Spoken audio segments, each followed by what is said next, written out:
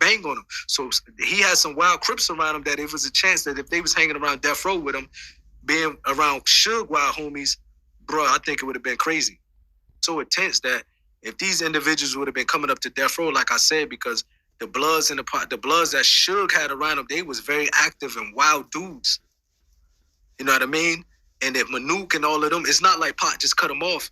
Like Country told me, he said, Big Syke, you know, most of the Crips that was around Pac was from Big Syke homies. They was from South Central and they was from Inglewood.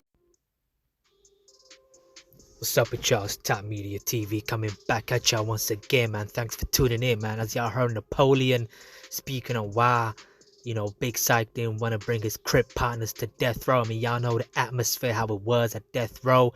Y'all heard many interviews, DJ Quick being one of them, recently speaking on the anxiety he had at death row because of the tense situation. And you know, Napoleon just did an interview, y'all, on the Art of Dialogue channel, speaking on how it was so tense being at death row. And now it's true, as y'all can see later on from Monook, who just broke his silence and speaks on the situation, why Big Syke left death row, how they was from LA and it wasn't cool for them, you know, knowing that they street dudes and they know the politics. And y'all gonna hear from Monook in a minute explain why, you know, Big Syke left death row later on, and you know how Tupac started hanging with the Pirus and how he was forced to, you know, choose to leave Pac at death row because of how tense the atmosphere was at death row. Check it out.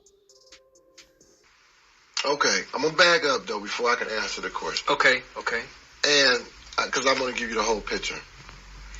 It wasn't that he bagged away or everything split up. What ended up happening was, for, like I said, maybe the first 4 months that Pac came home, everything was cool, you know what I'm saying? We would probably go up to the studio and mess with Pac, you know what I'm saying? We going out every night. Everything is still cool. But what ended up happening for us was, especially me, myself, was I'm from LA, you know, and being from LA, you just know certain things because that's just the way we was raised. Right. You know, just like I don't see how the young rapper now that was just killed doing himself down there on Main in Manchester. Yeah, right. I mean, that just don't make no sense. He just had no business. I mean, everybody know that. Right. You would assume. Right.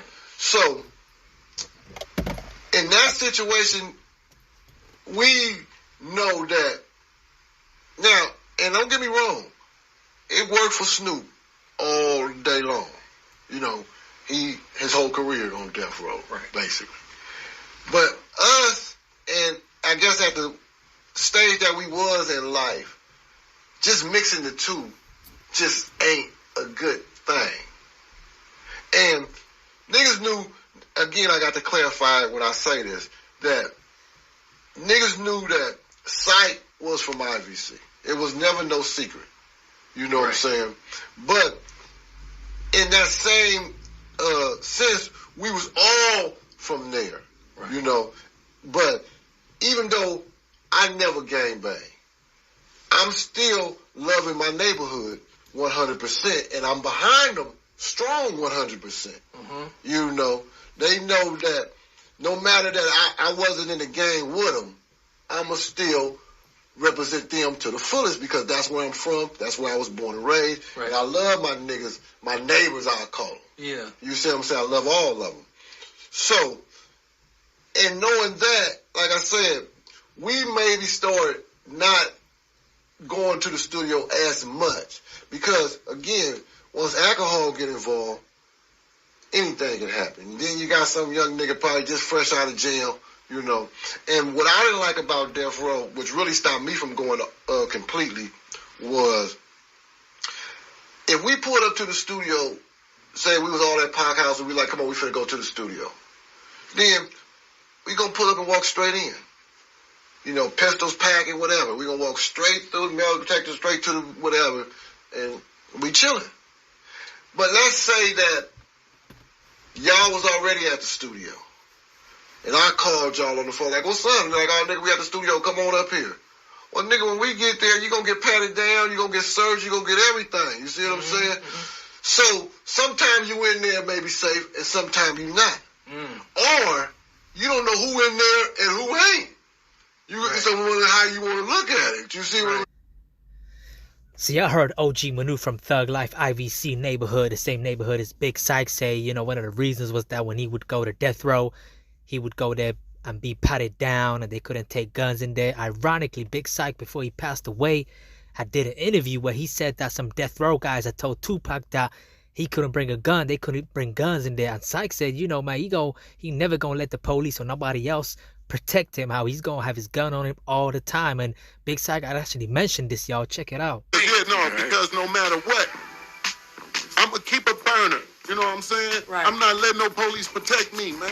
Yeah. I'm not letting nobody protect me, man. Now, That's how did that nobody's work job. too? Because I heard at Can-Am they wouldn't even let you come. Let me say this, and I ain't never told. I only told 1 or 2 niggas this, and I'm gonna say it live on the show. Pac told me one time, man, don't bring no guns around. You know, they said don't bring no guns, and me and Bogart like, nigga, we wish we would, nigga. Yeah, we come on. kept burners, my nigga, because we not let nobody be in charge of our life, my nigga.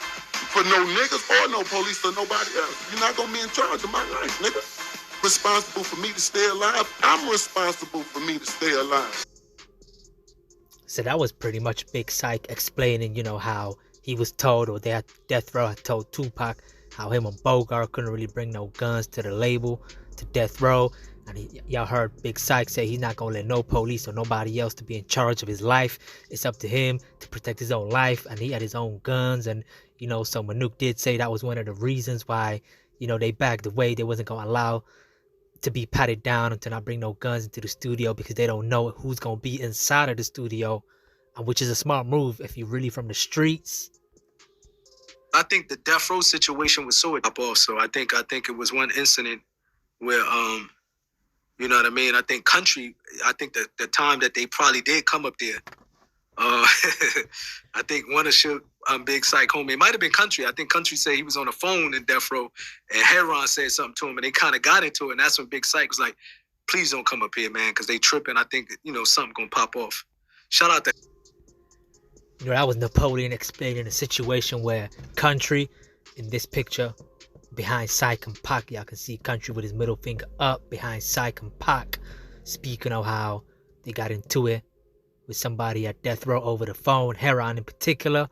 And I think that's when Big Syke had told him to not come around, you know, as the situation was very intense. It could have been an all-out gang war. You know, DJ Quick himself had labeled Death Row the single most dangerous record label in the world at that time. And, you know, he went through a whole lot. He described how, you know, he suffered from anxiety being around there. The situation was very severe and intense, which I don't blame him, man. But let me know what y'all think in the comment section, man, as Monook speaks on why they had to back away from Death Row. Once again, man, Top Media TV, thanks for tuning in, y'all. I'm out.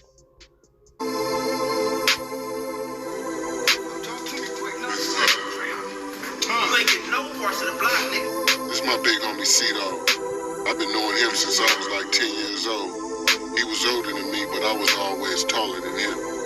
This is my big homie, Big Duke. He just got out the pen from doing 15 years in the Fed. He always been crazy. He fought the whole Inglewood Police Department one time. This is my homie Serge. He the guy who hooked me up with 2